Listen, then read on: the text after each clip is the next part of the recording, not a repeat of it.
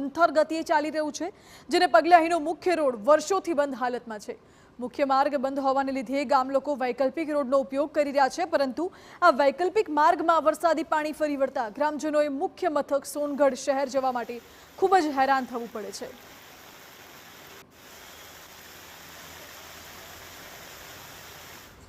અવર જવરમાં તકલીફ પડે છે અને ડોસવાડા પછીના જે બીજા 14-15 ગામો છે એમને પણ આવવા જવામાં કે અવર જવરમાં તકલીફ પડે છે। તેમજ 108 જેવી સુવિધા સરકારશ્રીએ આપી છે, તો ગામમાં આવવા માટે એમને પણ આ સિઝનમાં છેલ્લા એકાદ મહિનો જેવું તો તકલીફ રહે છે।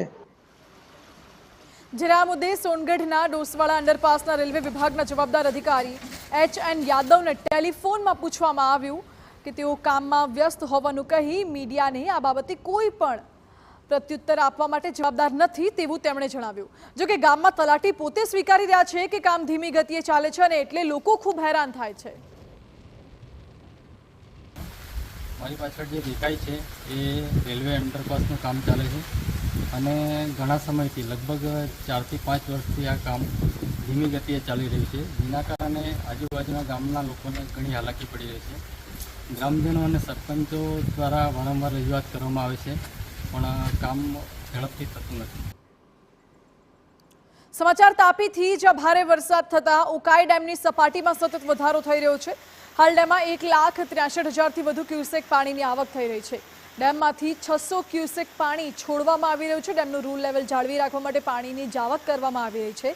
ડેમમાં પાણીની આવક થતાં ડેમની સપાટી 315.22 ફૂટ પર પહોંચી છે, તો નિઝર અને કુકરમુંડામાં ભારે વરસાદ થતાં ડેમમાં નવા નીર આવી રહ્યા છે।